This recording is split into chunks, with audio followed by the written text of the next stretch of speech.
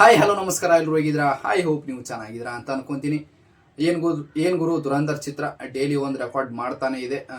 Collection wise ಹತ್ತತ್ರ ಇಲ್ಲಿವರೆಗೂ 1000 ಕೋಟಿಯನ್ನು ಗಡಿ ದಾಟಿದೆ ಚಿತ್ರ.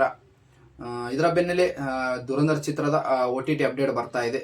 ಯಾವಾಗ ಬರ್ತಾ ಇದೆ ಮತ್ತು ಯಾವ ಪ್ಲಾಟ್ಫಾರ್ಮ್ ಅಲ್ಲಿ ಬರ್ತಾ ಇದೆ ಮತ್ತು ಯಾವ ಡೇಟ್ ಅಲ್ಲಿ ಬರ್ತಾ ಇದೆ ಅಂತೇಳಿ ಎಲ್ಲ ಈ ವಿಡಿಯೋದಲ್ಲಿ ಹೇಳ್ತೀನಿ. ಅದಕ್ಕಿಂತ ಮುಂಚೆ ಯಾರ್ಯಾರು ಚಾನಲ್ನ ಸಬ್ಸ್ಕ್ರೈಬ್ ಮಾಡಿಲ್ಲ, ಪ್ಲೀಸ್ ರಿಕ್ವೆಸ್ಟ್, ಚಾನಲ್ನ ಸಬ್ಸ್ಕ್ರೈಬ್ ಮಾಡಿಕೊಂಡು ಸಪೋರ್ಟ್ ಮಾಡಿ. ವಿಡಿಯೋ ಇಷ್ಟ ಆದಲ್ಲಿ ಒಂದು ಲೈಕ್ ಮಾಡಿ. ಬನ್ನಿ ವಿಡಿಯೋ ಶುರು ಮಾಡೋಣ. ದುರಂಧರ್ ಚಿತ್ರ ಮಾರ್ಚ್ 19 ರಂದು ವರ್ಲ್ಡ್ ವೈಡ್ ರಿಲೀಸ್ ಆಗಿತ್ತು ಮತ್ತು ಬಹಳಷ್ಟು ರೆಕಾರ್ಡ್ಸನ್ನು ಬರಿತಾ ಇದೆ ಚಿತ್ರ. ಮತ್ತು ಹತ್ತತ್ರ ಇಲ್ಲಿವರೆಗೂ 1000 ಕೋಟಿ ಗಡಿ ದಾಟಿದೆ. ಮತ್ತು ಇನ್ನೂ ನನ್ನ ಪ್ರೆಡಿಕ್ಷನ್ ಪ್ರಕಾರ ಇದು 2000 ಕೋಟಿ ಗಳಿಸಬಹುದು ಚಿತ್ರ ಅಂತೇಳಿ ಪ್ರೆಡಿಕ್ಟ್ ಮಾಡ್ತಾ ಇದ್ದೀನಿ.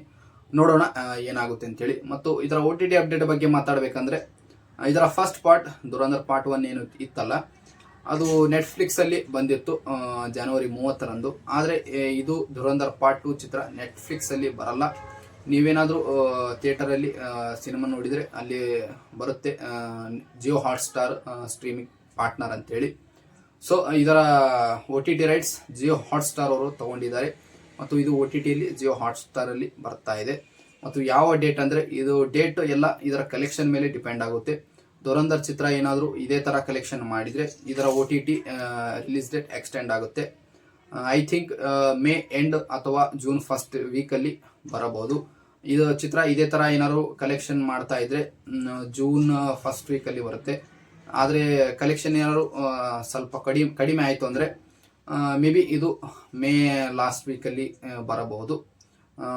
ಏನಾದರೂ ಇದರ ಬಗ್ಗೆ ನೆಕ್ಸ್ಟ್ ಅಪ್ಡೇಟ್ ಸಿಕ್ಕರೆ ನಾನು ಖಂಡಿತವಾಗಿ ನಿಮಗೆ ತಿಳಿಸ್ತೀನಿ.